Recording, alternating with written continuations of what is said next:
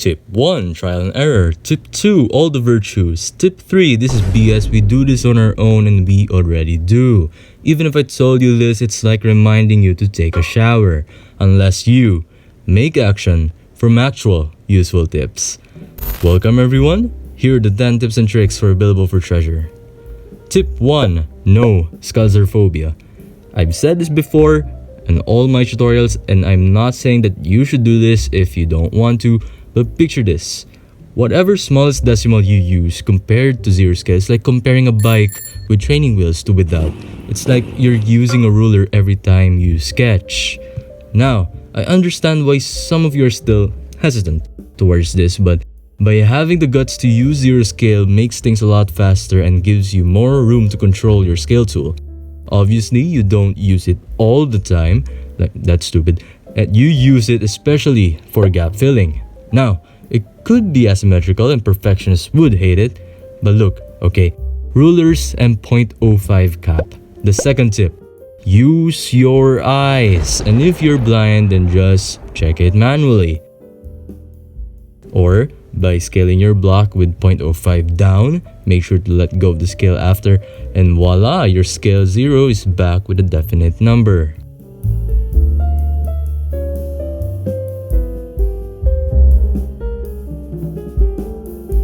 Tip 3, Trowel tool. Use the blue axis always whenever rotating with decimal angles. I don't know why and I don't know how, it's just made that way. When you want to move multiple parts in a proper orientation, so let's say you just want to temporarily move them somewhere and wish to move them back after, place a new block on the ground, and when you select the said parts together with the new block, the orientation is fixed. Tip 4, tiny lines. There's a 0.05 cap, right? You can rotate the part by 45 degrees and its edge would only show. And you can adjust it at any size. Even further, you can rotate it on another different axis, just like this.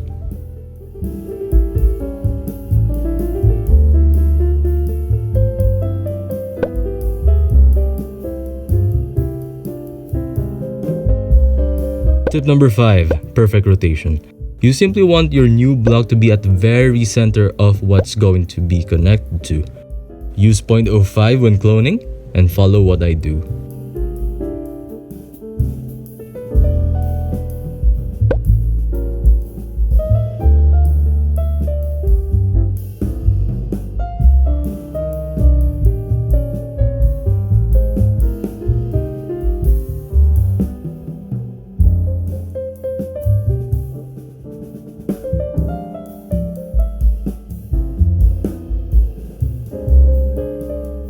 After it's set, on the center, you can rotate it to whatever degree you want.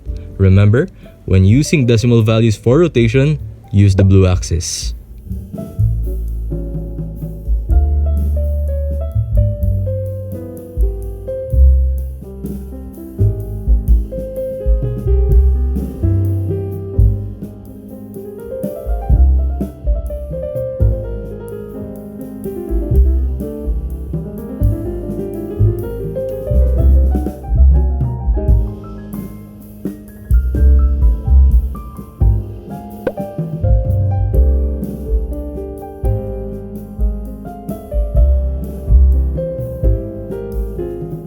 Tip 6, gap fixing. This is normally how you guys start and then ask how do you connect them. Always remember, as long as two parts intersect, you can gap fix. Scale the one side back, and then with the match rotation on the scaled side, rotate the block until it matches the other side.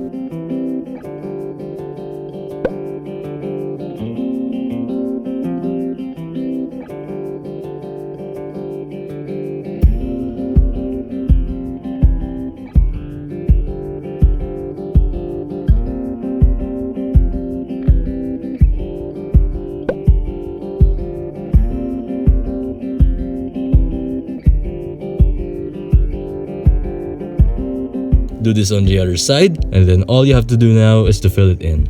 There's a shortcut to this, but it's another separate tip, so stay tuned for that.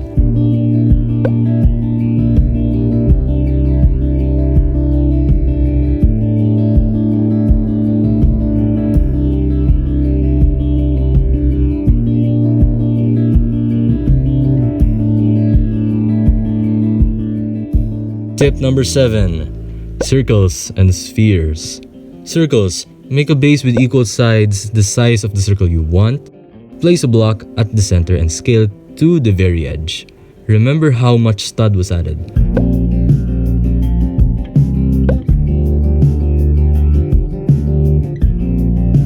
In my case, I'm using 15 for rotation. Rotate and place a new block at the center and scale it the same distance it took for the first block to reach the edge.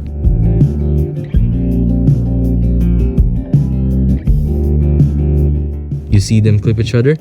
Use 0.01 scale and remember how much you reduced to make them not clip.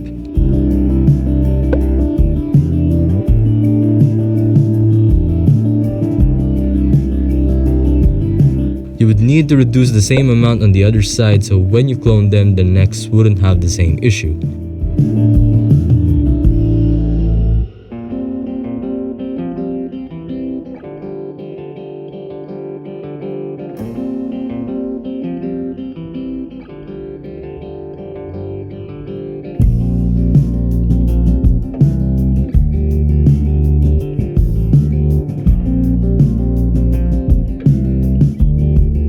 Now, clone them until you form a circle.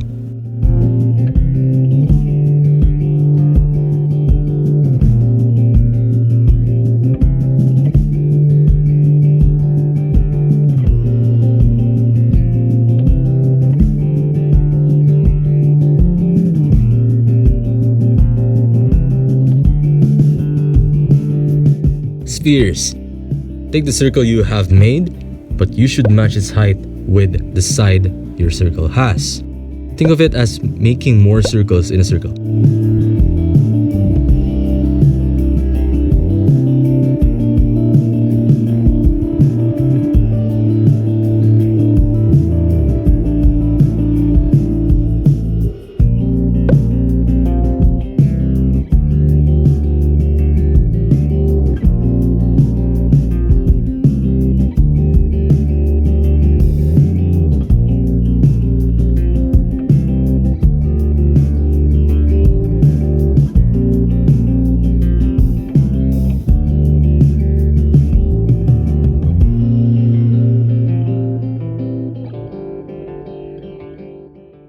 Correct the orientation and clone the circle.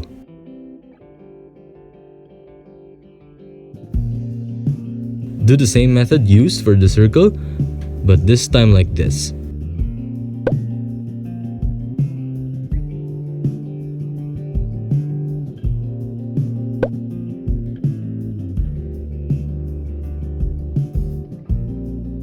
Move them back and repeat the process.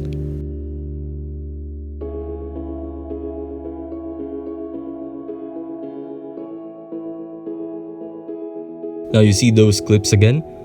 What does it remind you of? Right, so before you do the cloning, make sure that you prepare the gap-fixed circle, catered for the sphere you're making. I have another older video tackling that more in detail and I'll provide it in the description. Tip 8.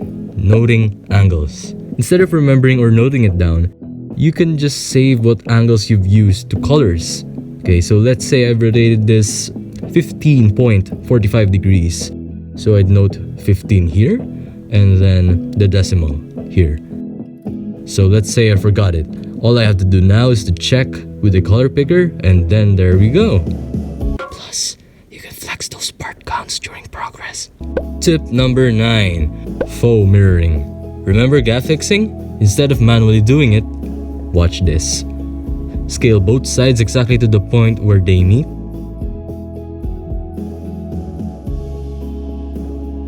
Now I need you to cover the outline made earlier.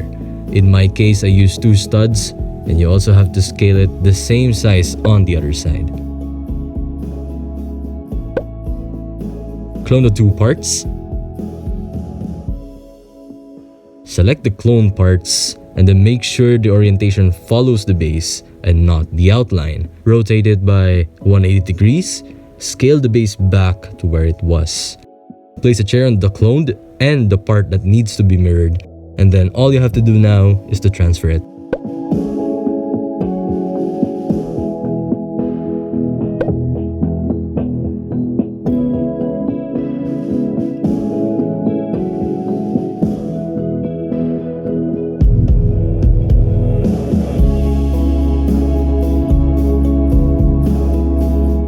Tip number 10, isolating parts. See this? Yeah, it's connected thanks to tip number 6, but look at this. It bites. When you're connecting unequal parts, isolate the excess. Not necessary, but plus points for cleanliness. Look at this. 3 on this side and then 2 on this side. This red part gets isolated on the lesser part to avoid those jagged look. So as much as possible, when you can eliminate one part in the goal of having a smooth transition between those parts, then isolate them. Definitely faster and more compact, and I hope you learned something new. Help me reach 15k subscribers and I'll build a Supra. Thanks.